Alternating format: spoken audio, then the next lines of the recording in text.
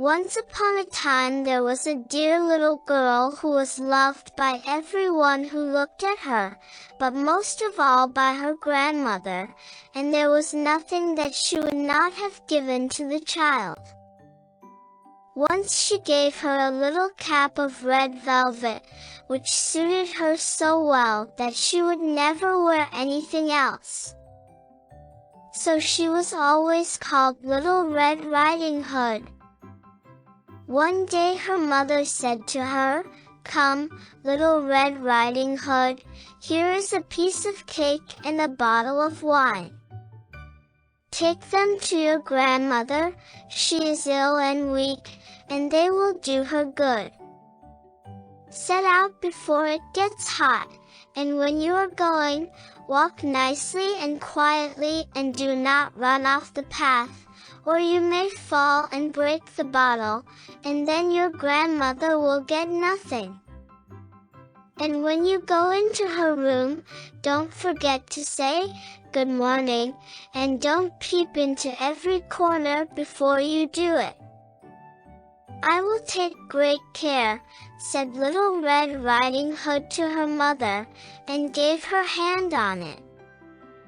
The grandmother lived out in the wood, half a league from the village, and just as Little Red Riding Hood entered the wood, a wolf met her. Little Red Riding Hood did not know what a wicked creature he was, and was not at all afraid of him. "Good day, Little Red Riding Hood," said he. "Thank you kindly, Wolf." "Whither away so early, Little Red Riding Hood?" "To my grandmother's."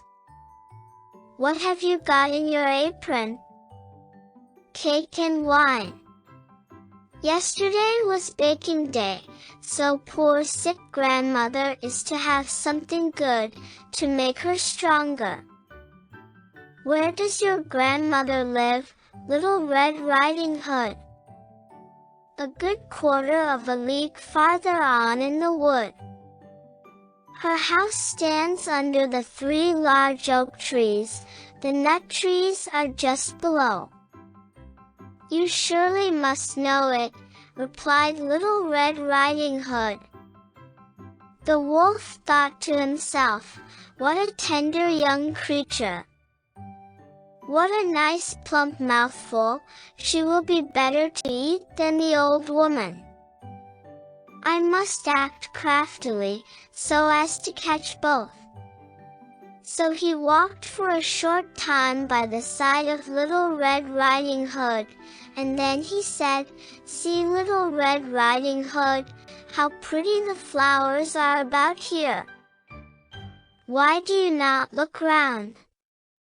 I believe, too, that you do not hear how sweetly the little birds are singing. You walk gravely along as if you were going to school, while everything else out here in the wood is merry."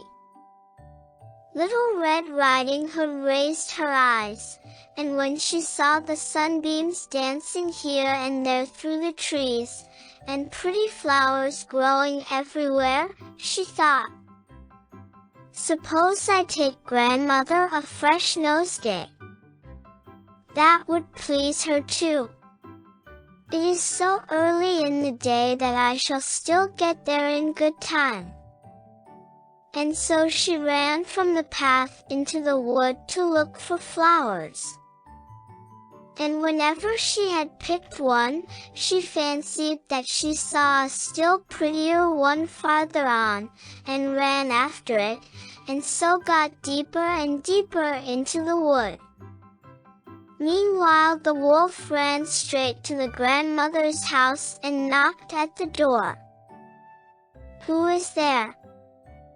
"Little Red Riding Hood," replied the wolf. "She is bringing cake and wine." "Open the door."